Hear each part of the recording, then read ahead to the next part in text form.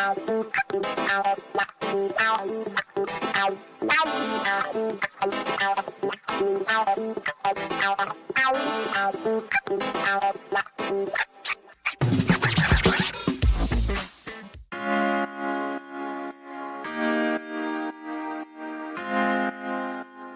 hi. Good morning, Malcolm Nance. Oh, pardon you while you hydrate. Hello. He's drinking some Schadenfreude. Oh, is that what? Oh, he's drinking a lot of it. Great Wow. big bottle of Schadenfreude. Wow. Yeah. How was that? No, that is my Archer-like finger up. Hold on for a second. Yeah. Having to absorb the mass quantities of Schadenfreude laced with, the opprobrium of some of the BS that we heard from Republicans yesterday. It led me to not only hydrating, but drinking. So it's been a day. Yeah. I mean, you quoted Officer Fanon behaviors of some politicians when he pounded the table and said disgraceful. And you said this is the fire of justice we all need to embrace. I mean, just the emotion and as we said, Malcolm, Officer Fanon's a Republican. Officer Sicknick was a Republican that voted for Donald Trump. I mean, it's the fact that's why it seemed to me what Liz Cheney and Adam Kinzinger said was so powerful. I mean, in terms of how did any of this get to be partisan? Well, absolutely. And I would like to place emphasis on was a Republican, because I'm pretty sure right now they have seen the light. And we all know that Donald Trump, Trumpism, and the way the Republican Party operates today spells your doom in the end, right? Most of the activities they participate in stems from that. And I said this very early on in the Trump administration, the attitude that they are masters of the universe, that they control the destiny of the party and anyone who allies themselves with them. We know that this leads to bloodshed, hatred, and as Officer Fanon's case, his famous words are the first words of my upcoming book about the coming Trump insurgency. Kill him with his own gun. Yeah. This is what you get from people who you think support Donald Trump. They think that he is this, glorious God Emperor of the United States. We see him for the dictator that he is. Now it's all being laid bare in these hearings. And this is going to be the first of many hearings. But Republicans are still stuck in this cult. And until they come out of it, and I don't think they will. I think Adam Kinzinger and Lynn Cheney are the last two people of decency in that party. Yeah. They won't. They will support Trump to the end. And let me mark my words, Steph. They fully intend to take back power next November 22. Yeah. They will put Donald Trump as Speaker of the House. They've said it themselves that they will do it now. That was Jason Johnson's prediction. Now the Republicans have adopted this. Yeah. They will make him Speaker. They will disassemble the Biden administration. They will fund nothing. Trump will run for president in 2024, and they will use that to win back power. And their democracy will truly end. Yeah. Here, speaking of Officer Fanon, take a listen. This one. In the academy, we learn about time, place, and circumstance in investigating potential crimes and those who may have committed them. And so the time, the place, and the circumstances of that rally, that rhetoric, and those events, to me, leads in the direction of our president and other members, not only of Congress and the Senate, but that is what I am looking for, is an investigation into those actions and activities which may have resulted in the events of January 6th, and also whether or not there was collaboration between those members, their staff, and these terrorists. Yeah. And by the way, you were as glad as we all were, you in particular, that they all used the word terrorist. You said in January 2021, I wrote in the Washington Post op-ed in January, that we have to shame these insurrectionists by defining their deadly actions, call them what they are, terrorists. Rioters to me seems spontaneous. Mm-hmm. That's not what this was, right? Yeah, and your listeners, stop using that word. Stop calling them rioters. You can choose one of two words. Insurrectionists, which is a violation of the 14th Amendment of the Constitution, which means that they started the armed overthrow of the United States government, or terrorists, because they carried out acts of terrorism in doing this. I thought that the officer who testified and said, let me define for you what the statutes read on domestic terrorism, which, by the way, needs to be validated in legislation, spelled it out very well. Another component of the Republican obfuscation of this is that they want you to believe this is just politics. We can no longer refer to this as political. You have to start referring to this as criminal. They performed criminal acts, carried out an illegal attempt to overthrow the government of the United States using terrorists, and they still, even now, the overwhelming majority of them support the crimes that were committed. So everyone listening, let's commit ourselves to using the right terminology. When I wrote that op-ed in January, I was using a counter-terrorism, counter-ideology methodology. Shame them. Shame them. I am not against, and it worked very well. Let me give you a perfect example. If you haven't seen it yet or you haven't played the audio, yesterday, the insurgents who supported, by the way, the 7 congressmen, all of whom voted to support the Taliban and turn over our Afghan allies to the Taliban, Marjorie Taylor Greene, Matt Gaetz, Lauren Boebert, and all the rest of them, Paul Gosar, they were out trying to do a press conference, and the appropriate level of shaming occurred. People surrounded them with signs saying, this person is a traitor. These people committed treason. A woman would not stop saying, are you a pedophile? Are you a pedophile? Yeah. They literally ran.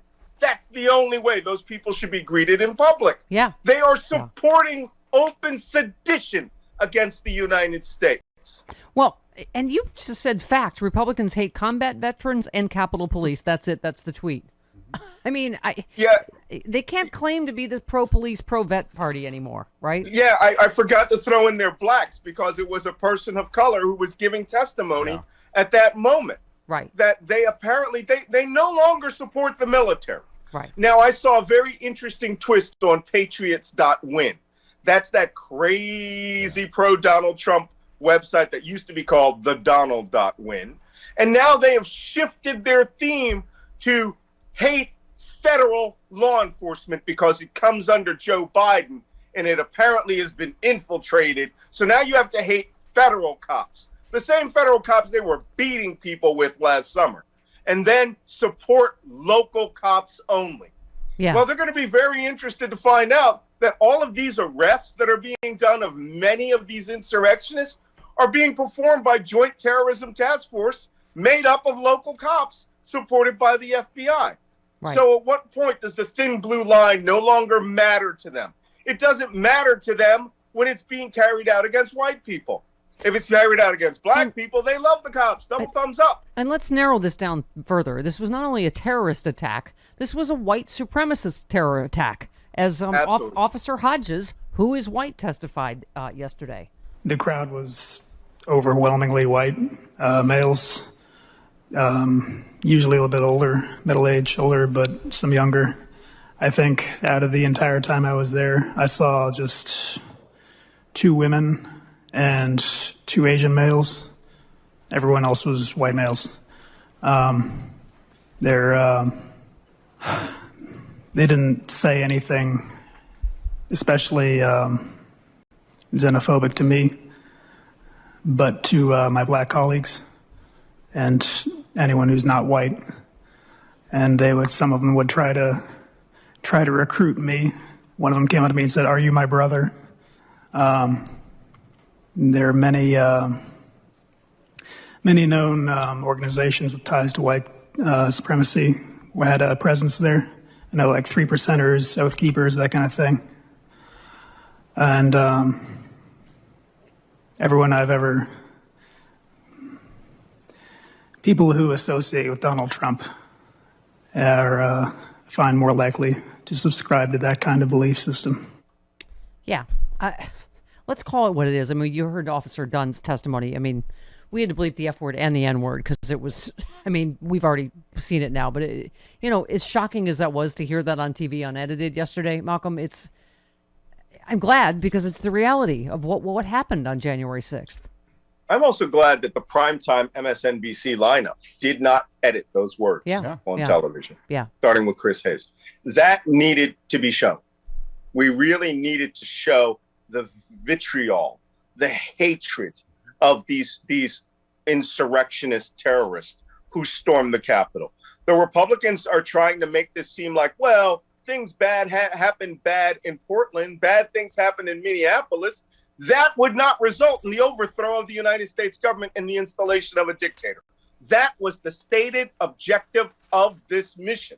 In all of my counterterrorism missions throughout my entire career, we have dealt with people who sought the overthrow of democratic or religious bodies which were not of their liking. There is no difference now. And I've said this many times. I jokingly call them vanilla ISIS. Yeah. I've had people literally write to my home. They are like ISIS.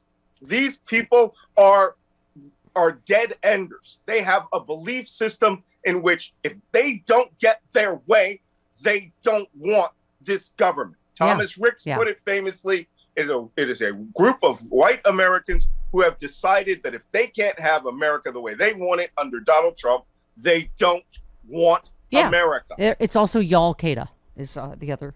Y'all-Qaeda. But I mean, honestly, I read a Gary Kasparov tweet. Here's your other area of expertise, Russia. They said the contradictory narratives on January 6th, he says, not an accident, it's by design. It's the Russian technique of just, you flood the zone. It was Antifa, it was Black Lives Matter, it was peaceful, MAGA tourists. It's by design that, we don't really know what happened. There's so much chaos, right? My favorite part of this is how Russia immediately came to the defense of the terrorists. Of course. That is the official policy of the Russian Federation, as said by their crazy member of parliament who's a QAnon guy. Then it went on to their foreign minister. Then Vladimir Putin himself. We're going to start looking out for the welfare of white American terrorists. Liz Cheney called them out that had this press conference. She's like, the fact that they just had a press conference standing up for the insurrectionists who did this. I mean, it's right. Yeah, on American soil. This is Yeah. But at least those people who the crazies who came out there and the Republican Party came out in support of these people, and that crazy group that went to protest the treatment of the white terrorists in jail. The treatment. It's the same jails that you put all the Black Lives Matter people in last summer, and we're lauding Donald Trump's use of force. Yeah. Now, if it's one of their terrorists, then they have a problem with it.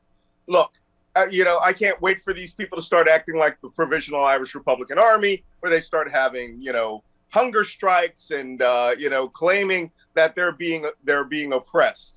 This is all part and parcel to a new insider threat. I have been literally writing a book about it since last August. I am sick of this subject, but guess what?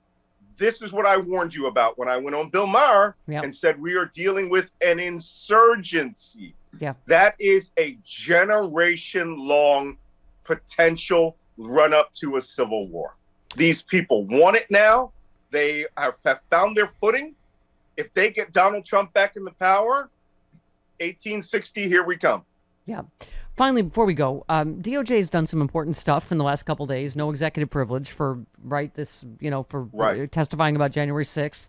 No defending Mo Brooks for, his being involved in this insurrection, in my opinion.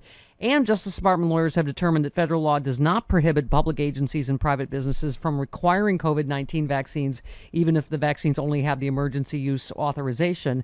The opinion from the Department's Office of Legal Counsel paves the way for more federal agencies and businesses to require vaccination.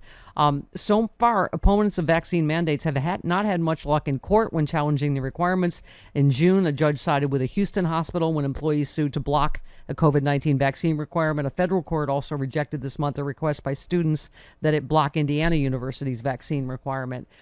This is all moving in the right direction. And once again, as you know, Russia behind a lot of the anti-vaxxer stuff, out there. But I'm feeling better this morning, Malcolm, that we are sane people are hopefully going to take this country back from both this pandemic and go ahead. Only if we win the election in November 2022. I'm warning you. I am back again. I'm going to do this every week until we get here. All right, we lose that election. We lose those 6 Democratic seats. If we do not pick up seats, we lose this country. Done. Yeah. Done. And it's a greater threat than when Trump was in office, because now they want to put him back in office with his vengeance narrative. Destroy America. Yeah. We now know they will tear democracy down, But I got to tell you, the biggest threat, I don't think really of disinformation comes from Russia anymore. It comes from QAnon people who have now removed the letter Q from where they stand. There was a poll that was done by the Public Religion Research Institute about a month ago that showed 15% of the United States, as many as 50 million people, believe that there is a secret satanic cabal of baby eaters out to destroy America. That's where we are. Yeah. Yep. All right, Malcolm, Shouty McShouterson at his most shouty. Yes. Thank you very much. And America thanks you. All right.